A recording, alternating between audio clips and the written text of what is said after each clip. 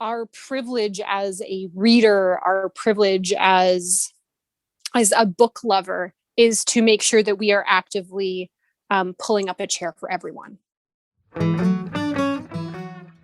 Welcome to Keep It Fictional, a weekly podcast for book lovers by book lovers. Build your to-be-read list with Sadie, Liz, Virginia, Fiona, and Corrine from the Port Moody Public Library. Warning, this podcast contains strong opinions and may cause an increase in your library holds list.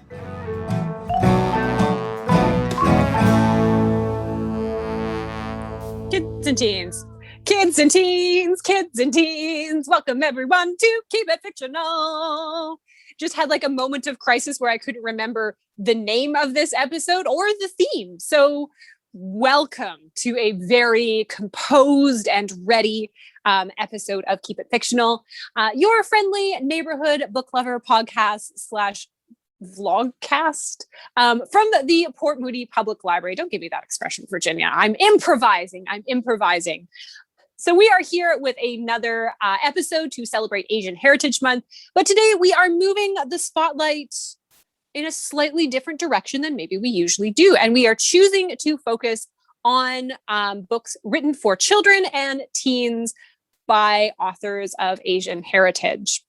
And to begin with, I just wanted to share a little bit about why it is important to talk about, to read, to celebrate these books and these authors.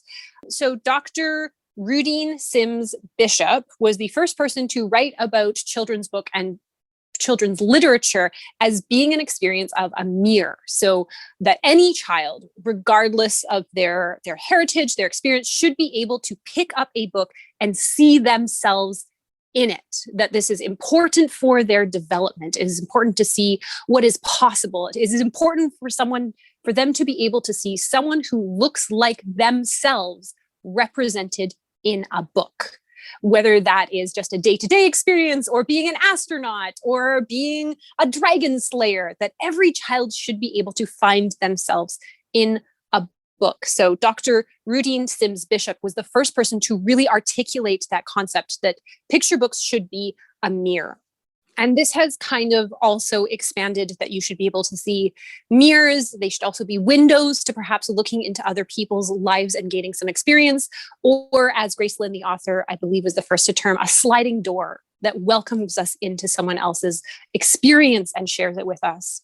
So we know that this is a really important part of child development, but unfortunately, the reality is that there are very few mirrors available. So I know that this is primarily an audio medium, but I would like to share some fantastic infographics and some stats about kind of the state of children's literature. So there's a very, very famous image or illustration that was done by illustrator David Hayek with input and help and data collection by Sarah Park Dalen, which took a look at children's books and exactly who was represented as the protagonist.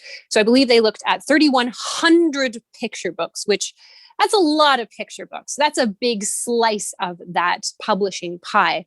And they looked through it and identified who were the protagonists in that. What kind of diverse backgrounds were they coming from? And what they found in 2018, and I'm choosing this year as kind of like a representative that has the best data on it, but quite honestly, the stats have not budged a little. Any gains are incremental, and they found that 50% of all protagonists in children's books are white. So it is very, very easy for a white child to pick up a book and see themselves in it. In fact, it is almost seen as the default of a protagonist in a book. I think what is possibly the more heartbreaking statistic that was found is that it is easier to find an animal as a protagonist than it is a person of color. So on this statistic, it said that in these children books, 27% of the protagonists were animals or others. So you could think of that as robots or grapes or crayons. So that's 27%. And even if you add up all the rest, it's just barely edging out that statistic. So when we're kind of focusing in on Asian Pacific Islander or Asian Pacific American, only 7% of all picture books have a protagonist who is from that group. That's not enough. We know that that is not representative of the world that we live in. We know that that is not the representative of children. So just imagine that you are from one of those groups and trying to find that mirror of yourself, trying to see what is possible in literature, what someone who looks like you can have adventures or be a rocket scientist or be anything, and you can't. So looking at this infographic again, 10% are African American or African, 5% are Latinx, and 1%, or honestly less than 1%, is American Indian or First Nation. We Need Diverse Books, which is a fantastic organization that promotes literature for children and for teens by people of color. Again, did 2019 by the numbers, and their statistics have shown that very, very little has changed. While sometimes it feels like there are gains, the gains there are incremental. They're very, very small. And part of what the bigger discussion about this in kind of the publishing world is that pretty much represents who is in publishing, who are the voices at the table, who are the people choosing the books, who are the people editing the books. And that is overall and overwhelmingly white. A publishing survey done by Lee & Low Books found that 76% of all people working in the publishing industry overall are white. They are overwhelmingly 74% a cis woman. They are 81% straight and 89% non-disabled. So a lot of these stats just kind of go to show that the publishing reflects who is in publishing. Publishing is not letting people tell their own stories and is not choosing those stories because those people aren't invited to the table. So it's really important that when we get that chance, when we find these fantastic books, and we do have to find them, you have to look for them because sometimes they are buried under the mass of other books that get more publicity, is to share them, celebrate them, read them, buy them, put them in the hands of kids as much as you can, because every kid deserves to see themselves in a book. So today I am very lucky to be joined by my fellow librarians, and we are going to highlight 5, and again, tough choices, but we're going to highlight 5 fantastic authors, 5 fantastic stories aimed at kids by writers of Asian heritage. And that is also important because sometimes people aren't able to even tell their own stories, and the writers might not be from that group. So we have specifically chosen people that are writing from their own base of experience. And I'm super excited to see what everyone is picking today. Well, I guess I will start. The book that I really wanted to talk about is dear to my heart because I love reading about and watching stories about figure skating. Have I ever put on figure skates? No. Do I understand figure skating? No. Would I ever want to figure skate myself? No, I'm terrified of breaking my legs, so no. However, I love a figure skating story.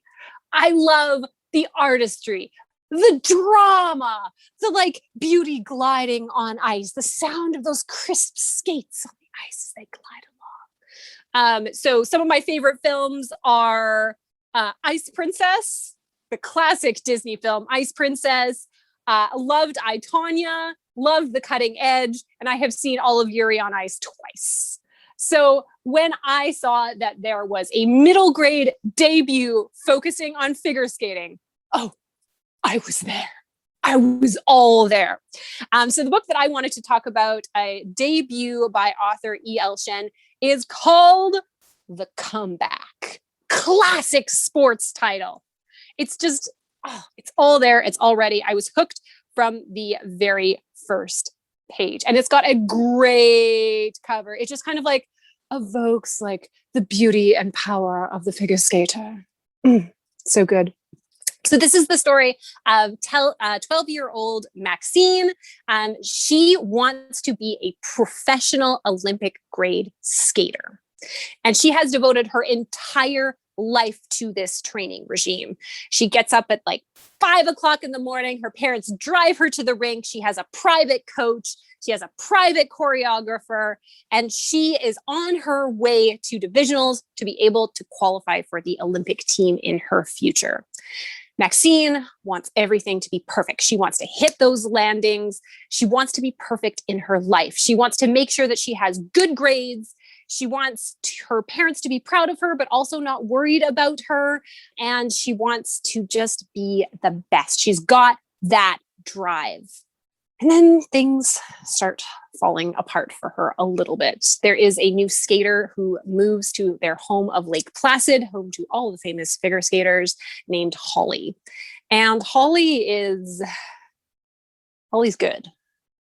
Holly is maybe even a little bit better than Maxine. Holly lands harder jumps. Holly is better at the artistry. And so Maxine starts to doubt herself a little bit. And then at home, Maxine's parents start to get really worried that she is devoting too much of her time to figure skating, that she's putting too much pressure on herself. And so they start questioning whether Maxine can really be a kid and be a professional skater at the same time. And then at school, Maxine starts to be the target of a bully who makes fun of her for her Chinese heritage. And then all of a sudden, all of these things come to an edge, and Maxine just freezes. This is not only an amazing sport story, but it is also a wonderful story that shows the effects of racism on a kid.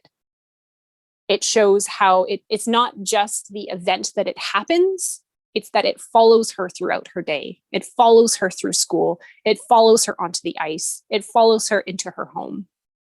And so I think not only is this such a wonderful slice of life story, it's a really true story about the impact that racism, either overt or something like a microaggression, can have on a kid.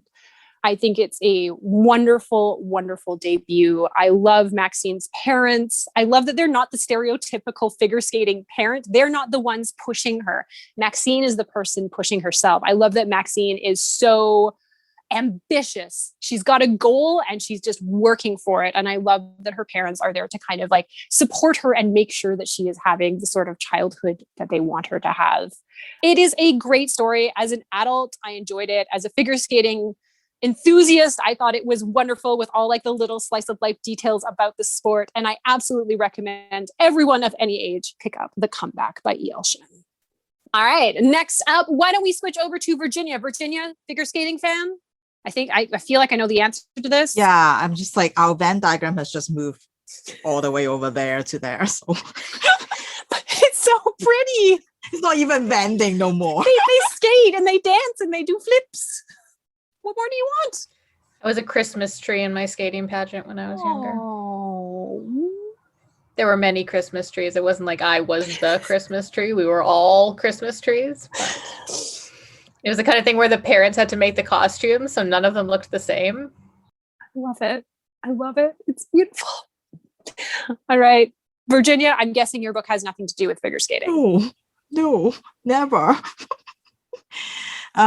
So I have today a book from an East Indian, Italian, American writer, and it is called Midsummer, Mayhem, and it is by Rajani LaRocca. As you can maybe guess from the title, it is inspired by the Shakespeare's play Midsummer's Night Dream. This book stars Mimi.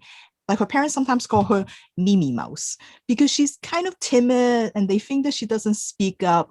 But Mimi will tell you that it's really hard when you're in a big family and, you know, everybody is older than you and they're also good at what they're doing, and it's hard to find the space to speak up.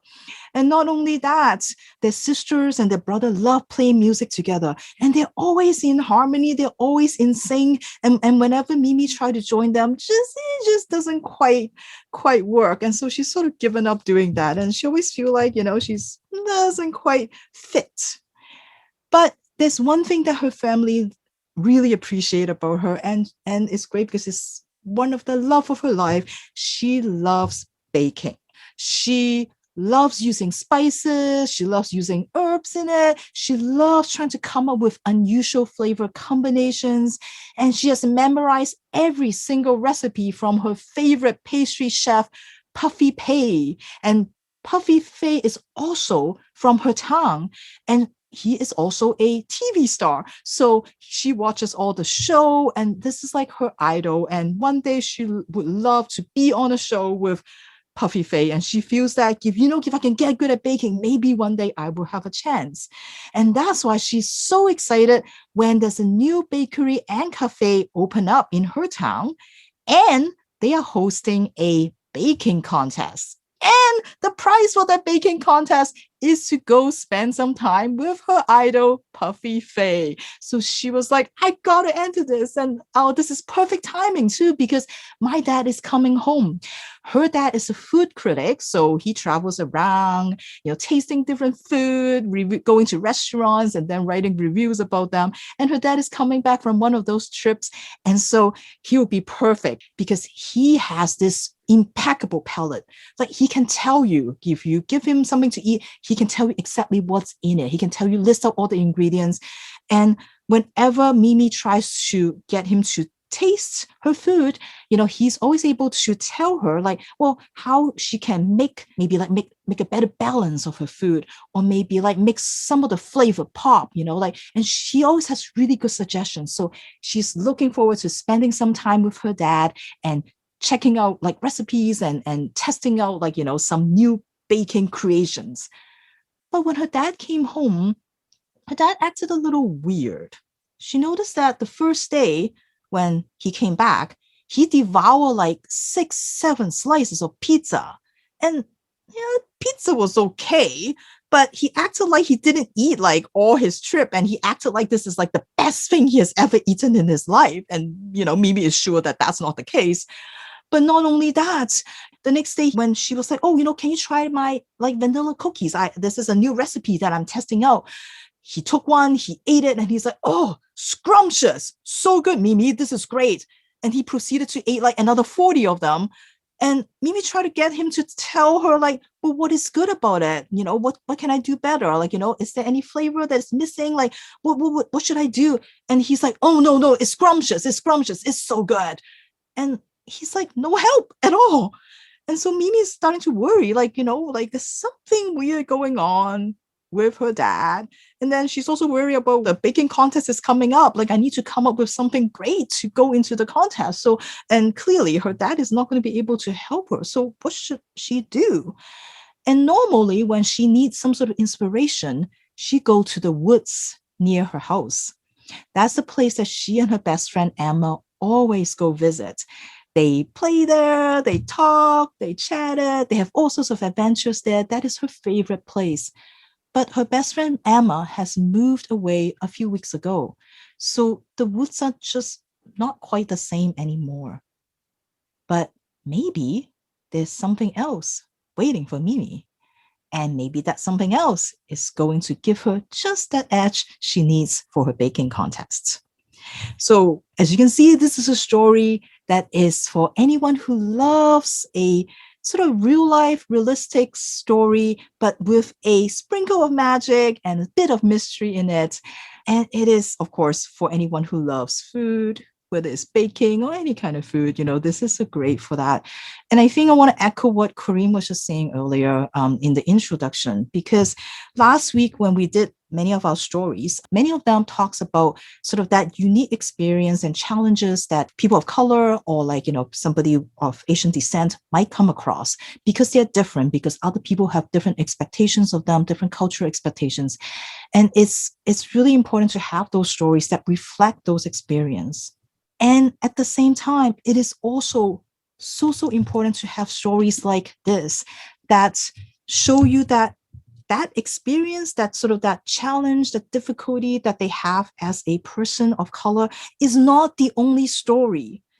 We too, as somebody who is not white, can also have an adventure. We can also be a star. We can also enter a baking competition. And we don't always have to be the sidekick, the comic relief, the person that tag along on someone else's adventure, and end up like getting snatched by a monster and waiting for rescue. We don't have to be like that person that moved away so that it became a catalyst for some profound character development for someone else. We can be that person, and these stories are so important that adventure can also find you, and that in your backyard, you have just as much chance of finding magic as anyone else. And it's only because these stories exist that show us that, yeah, that could be me, because I can see myself in this story.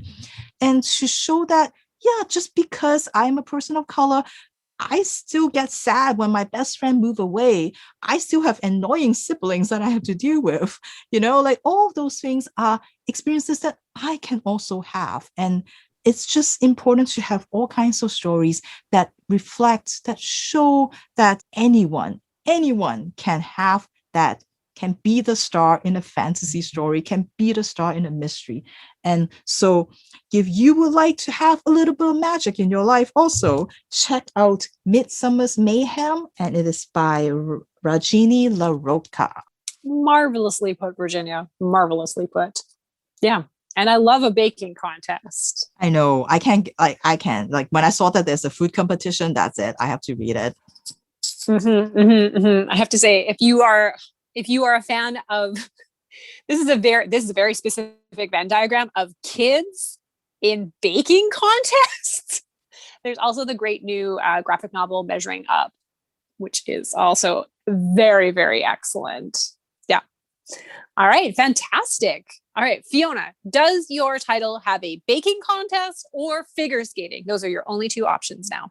It sure doesn't. She's so proud of it too. Yeah.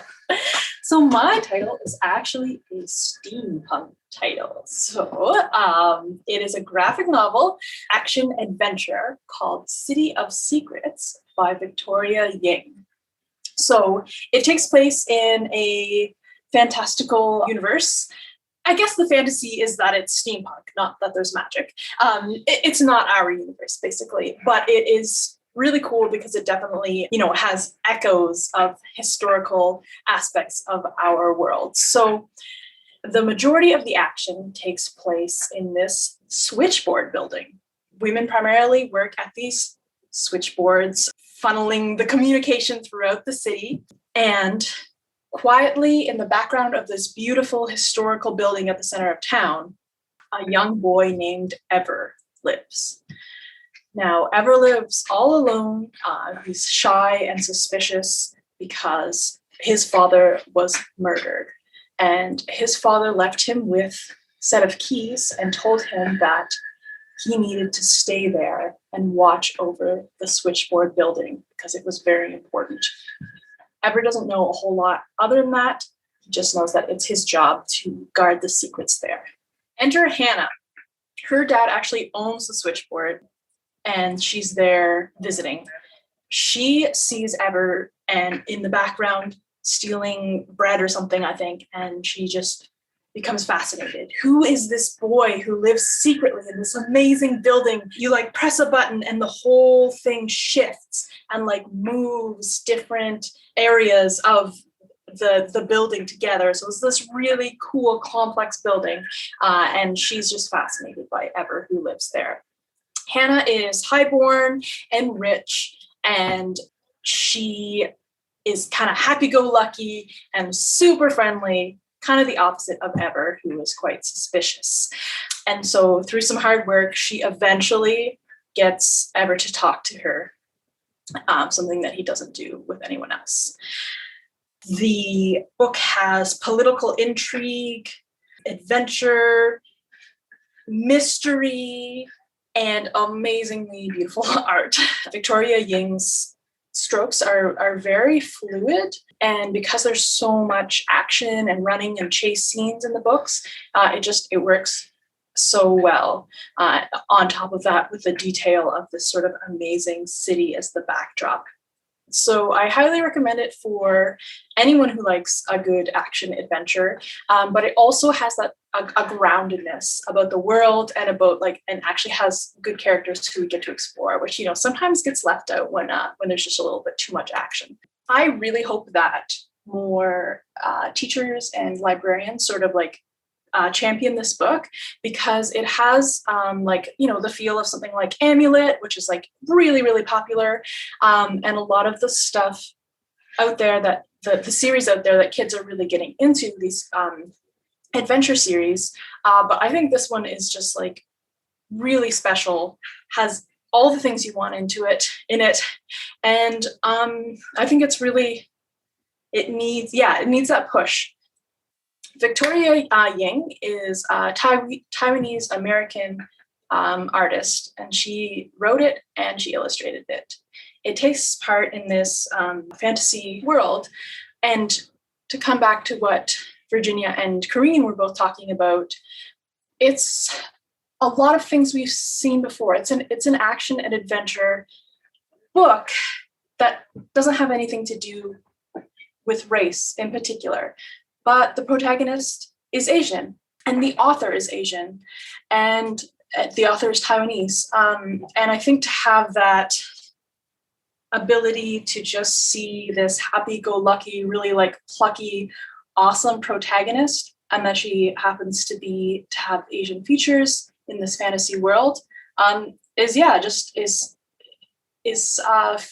filling something that we haven't always seen, even though we have all of these great action adventure graphic novels. I don't think that Asian American children often get to see themselves reflected in that.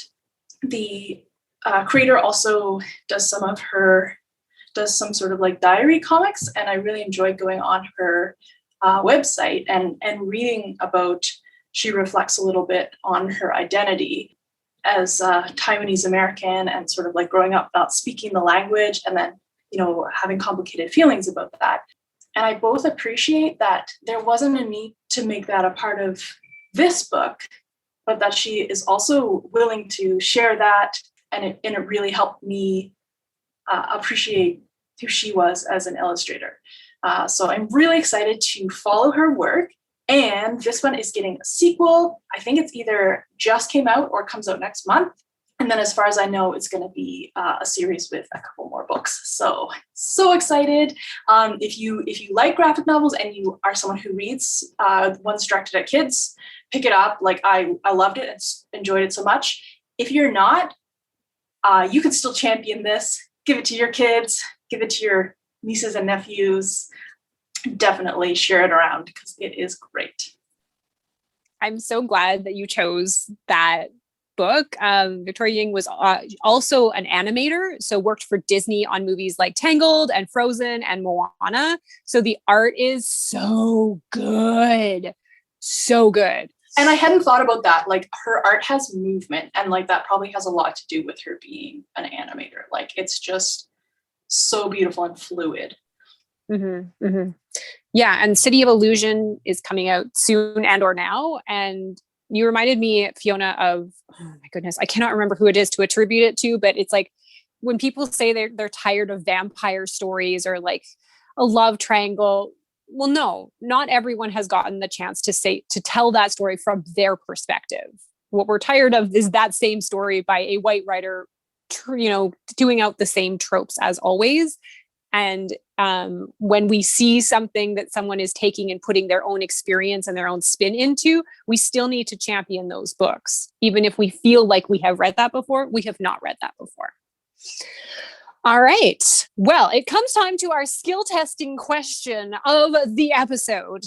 And this one is, thinking back to our childhoods, what character do you first remember? And I realized when Fiona asked for a clarifying question, I said, do you remember loving as a kid? And then Fiona was like, romantic love? And I'm going to say no, because I feel like that's a bit more revealing than we want to do on a public podcast, perhaps. But do you remember just like really like connecting to or wanting to be or just like loving this character so much as a kid? Who is like that first like shining hero for you in your books? Any takers? Who feels like they know themselves and their child self? I'll go. So I think I've revealed this before. I didn't read a lot as a kid, but my mom read the Narnia series to us, and we also watched those really old ones. So I had the visuals for that still stick in my head, and I loved Reba Cheap, the mouse with the sword, like. He was like, I feel like that's pretty much all you can say about Reba Cheap. He was a mouse with a sword. He was awesome and brave. And I really connected to him. I wanted to be like Reba Cheap, which is strange because developmentally, like kids connect better with human characters. And I think that's something that's really important when we're looking at these statistics about race in with children's characters, because most kids won't make the connection with animal characters. And it's really important to have real kids shown in picture books. But for some reason, for me, it was the mouse with the sword. That's who I looked up to.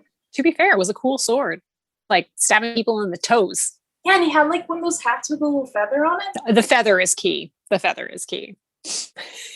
All right, Liz, what about you? Nothing really jumped out at first, and I feel like a lot of my childhood character memories are based in like TV and movies.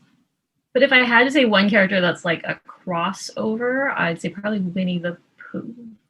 He's just, he has good intentions and he kind of bumbles along, and he has this close group of friends and they all try and do the right thing. And, he gets stuck in the hole to his cave, and it's okay. They still support him. And yeah, it's just, one of those feel good things where you can learn a lot just from a simple story. So yeah, that probably sticks out for me. All right, Sadie, what about you? Similar to Fiona, I did not read when I was a child. Not really that much. My sister was the reader. I was not. So looking like way back, the first book I remember connecting with, and it was a very simple connection, was because the character's name was Sadie.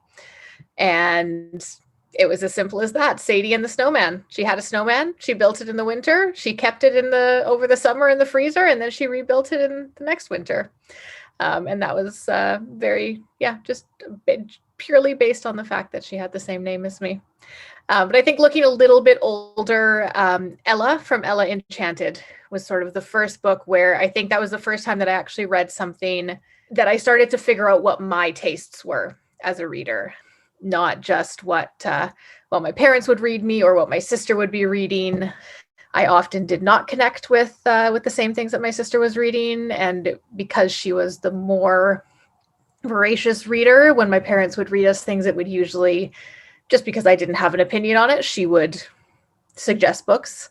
And it didn't usually fall into necessarily into my tastes. So I think that Ella Enchanted was kind of the first time that I found something and a character that I really enjoyed, and that I actually realized, this is something I like. This is something that I could start to read on my own. And it's very you. There's like romance and magic, strong female protagonist.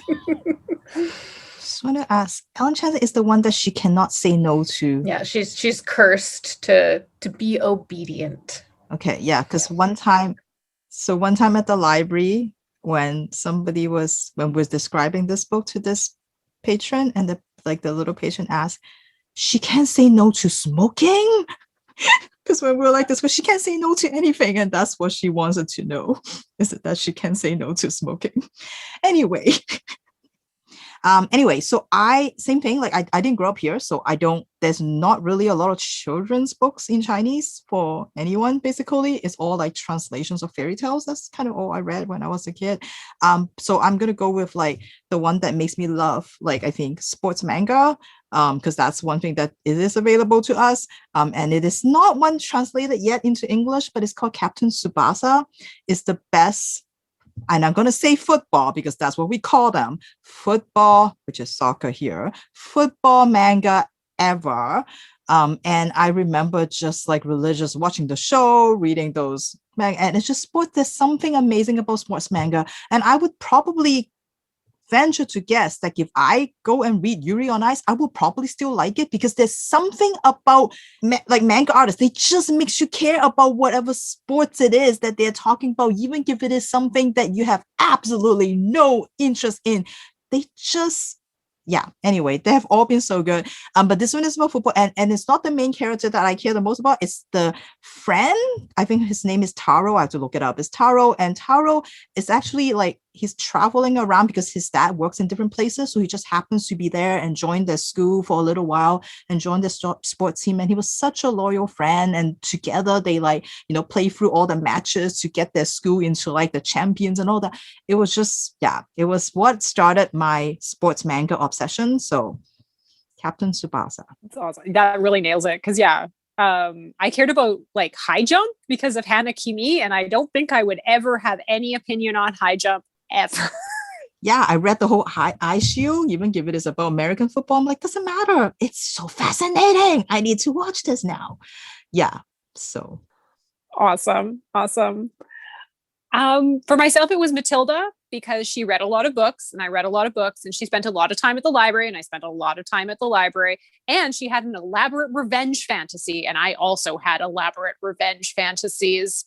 I do remember I put a chocolate chip on a piece of paper and then drew a circle around it and tried to like develop my telekinetic powers to move it. To no avail.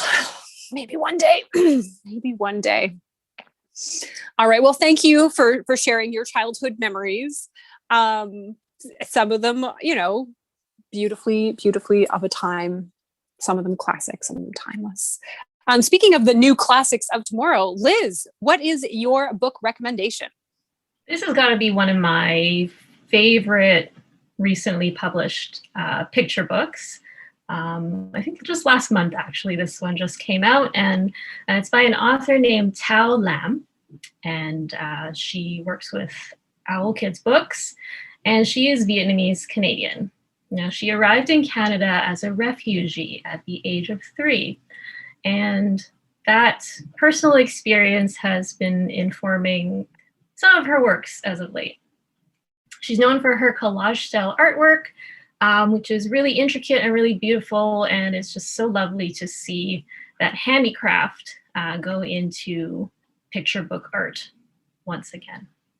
So today, the book that I wanted to share with everybody is called Thao by Thao Lam. She's also known for, I just want to give a shout out to a couple of her other recent works, The Paper Boat, a refugee story, drawing from her own refugee experience, and just such a beautiful work that involves some ants that stow away on the boat, the refugee boat. And also another favorite, My Cat Looks Like My Dad. But anyways, back to Thao by Thao Lam. So she decided to create a story around her name, Thao, after reading an NPR article. And in this article, they discussed what the psychological effects are on students who have their name repeatedly mispronounced.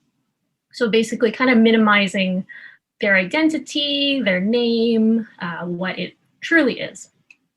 So obviously, to most of us, the name Thao is unfamiliar. It's spelled Thao, but it is properly pronounced with a silent H. So while she was growing up in Canada, the kids at school, even the teachers, they didn't know what to make of this. She dreaded that first class of every school year with a new teacher, because inevitably when they were doing roll call, they would get to her name and there would be a pause. And right away, she knew that they would come up with something, some approximation of her name, sometimes correct, sometimes not. So she would just shoot her hand right up and say, "It's me. It's Thao." And, you'd think that would be that. But if the teacher happened to mispronounce her name, then the rest of the kids would think, oh, that's okay. We can do that too. So she's been called many different things besides Thao. She's been called Theo, Tail, like Tail, even Towel. Now, those are just the mispronunciations. She's also been called mean things. Things like tofu, or tiny, or China girl. So I feel ya, Tao, as somebody who's been called that too. I feel ya. So she thinks to herself, what's something that I can do to avoid being called these names, either these mispronunciations or these mean names. And she decides, well, maybe I should take an English name. Maybe I should take a name that's similar to one of my classmates who was born here, whose parents want to give their child a traditionally English name. So she decides to try that on for a while, and it seems to be working out, but it's not really her. And one day at the lunch table, she is reminded of her Vietnamese heritage. She is thinking, wow, this is such a great thing that comes from my culture that, the Vietnamese people have that other cultures don't have. And I'm really proud of it. And maybe I should be proud of my name too. So it's a simple story, but it's really effective. And I feel like it's great to have that direct example of how, it may seem to kids that it's kind of ridiculous that you're called different things, but that it's actually really hurtful. And we should be more mindful about the books that we choose. We can speak as consumers or as readers by making those choices, by choosing to purchase or to borrow those diverse books. And in that way, it helps to inform publishers that, people will buy those books. People will read those books. People will love those books.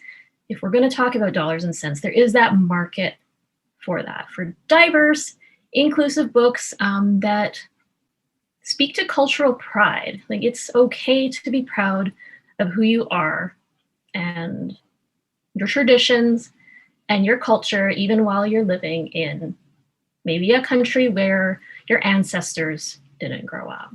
So absolutely love this book. Super charming. Again, it has her signature collage style art.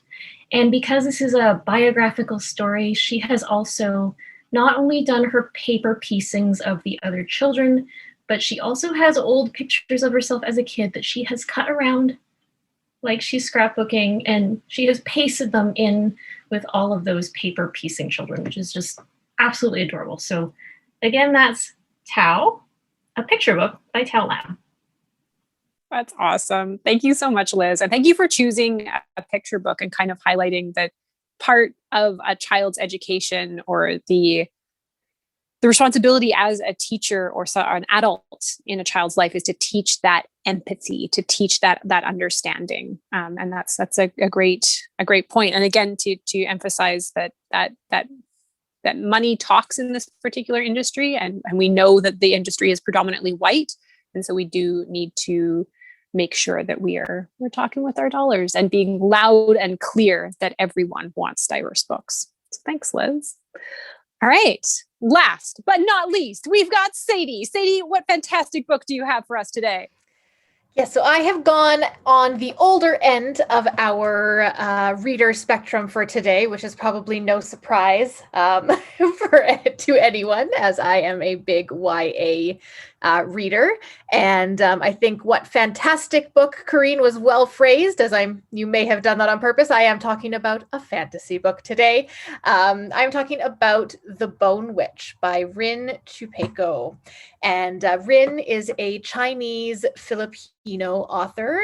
They live in the Philippines, were born in the Philippines, but have Chinese, Malay, Thai, and Filipino heritage in their family. So they bring all of this history and ancestry to their writing, which I really, really enjoy.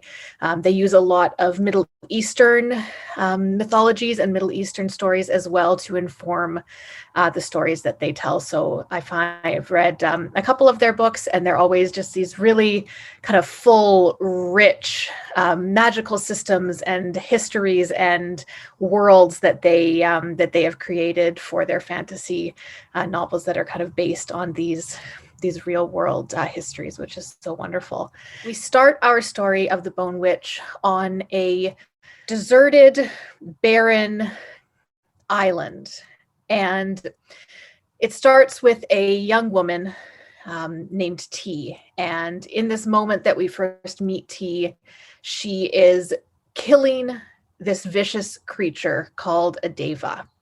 And not very many people have the ability to do this, but she is one of the people that has the ability not just to kill this creature, but also to resurrect this creature. Now, there's one other person present when we first meet our protagonist, and that is a bard. And the bard has come in search of T to tell her story. All that we know is that T has been exiled to this island. She is able to kill and raise these deva creatures, and the heartstone that she wears around her neck is pure black. Now, in this world, every single person, when they turn 13, they get their very own heartstone. And with the power of runes and with the power of magic, witches are able to allow the heartstone to kind of show what this person's life has in store. So a different color, when the heartstone turns a different color, that represents something different for this person. So such as T's older sisters, they are both witches. So their heartstones are purple. Her mother's works by the hearth, and so her heartstone is sort of a fiery hearth color. Same with her father's, he works at the forge, so his heartstone is red like the fire of the forge. Now, when T first gets her heartstone, it turns the color silver. Now, the color silver, similar to that of the witch, means that T has magic, but it is a kind of magic that other witches do not have. It is the magic of the Asha. And the Asha are a group of female magicians and sorceresses who have the ability to wield the elements. They have elemental magic. And so when T's heartstone turns silver, they realize that she has more power than they ever believed. Now, when we first meet T in this barren landscape, she reluctantly agrees to tell her story to this bard. She tells him that she is leaving in 7 days, and if he would like to listen to her for 7 days, she will tell him her story. So she begins the story, and it starts kind of with an accident. And the accident is when T's brother Fox dies, T accidentally brings him back to life. She doesn't mean to. She did not do this intentionally. She did not know that she had the ability to do this, but she is distraught. He was her favorite person in the whole world. He raised her. He took care of her. He loved her. And she just can't imagine him buried under the earth when he doesn't want to be. He doesn't want to be dead. He wants to be alive. And so in a moment of this kind of this distraught, upset girl, she throws herself on his grave and she sees a rune in the air. And so she traces the rune over and over and over again.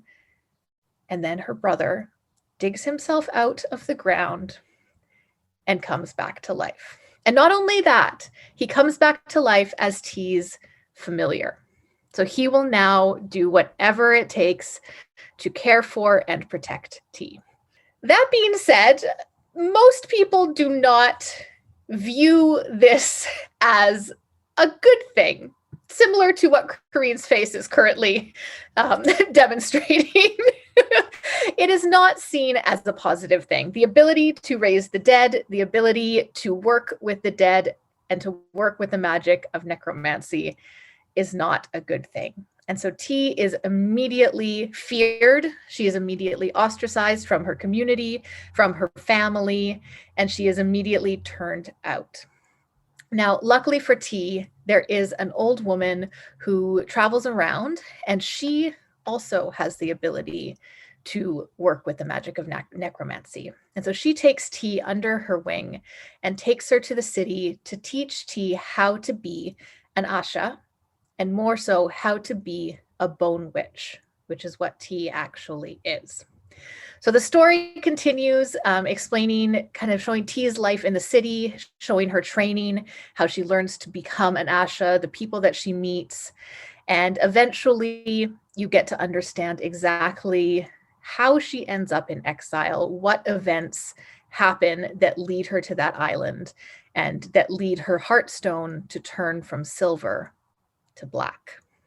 So that is The Bone Witch by Rin Chupeco. It is I believe, a trilogy. So this is the first book of the trilogy. I actually haven't read the other ones, but I feel like it was something that I read a while ago and then meant to read the other ones and then had way too many other books that just kind of came up, so never got to it. But revisiting it now has made me really want to read the other two. All right. Well, not exactly my type of, I feel like that's a Virginia title, like 100% a Virginia title. Well, I was gonna say I'm pretty sure I saw Virginia's face kind of like light up as I was kind of reminded me, was it Andrea Stewart, the bone shard? Bone Shard daughter, yeah. Yeah. And we also now know what to buy Sadie, book 2 of that book. There we go. To continue my tradition of only owning second and third books of series. Oh, and to drive that stake just a bit further in Jerry's heart.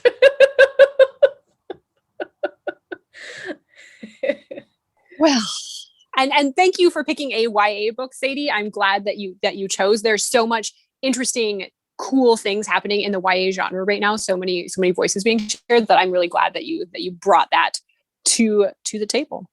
So thank you to all of our people for picking 5 fantastic books. 5 is not enough.